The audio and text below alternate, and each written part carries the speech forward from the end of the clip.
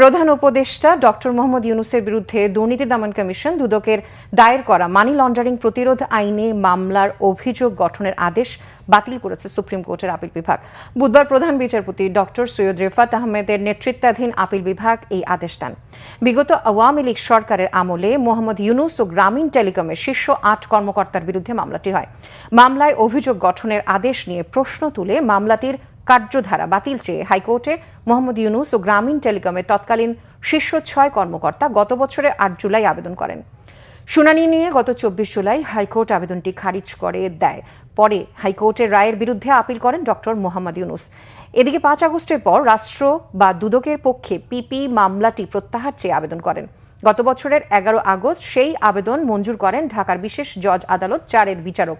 কিন্তু মামলাটি শুনানির জন্য বিচারিক আদালতে গত বছরের ৫ সেপ্টেম্বর তারিখ ধার্য থাকা অবস্থায় আপিলকারীদের না জানিয়ে ১১ আগস্ট মামলাটি প্রত্যাহার করা হলে তা বেআইনি দাবি করে আপিল বিভাগে মামলাটি চালিয়ে যাওয়ার সিদ্ধান্ত নেন প্রফেসর ডক্টর মোহাম্মদ ইউনূস সহ আবেদনকারীরা।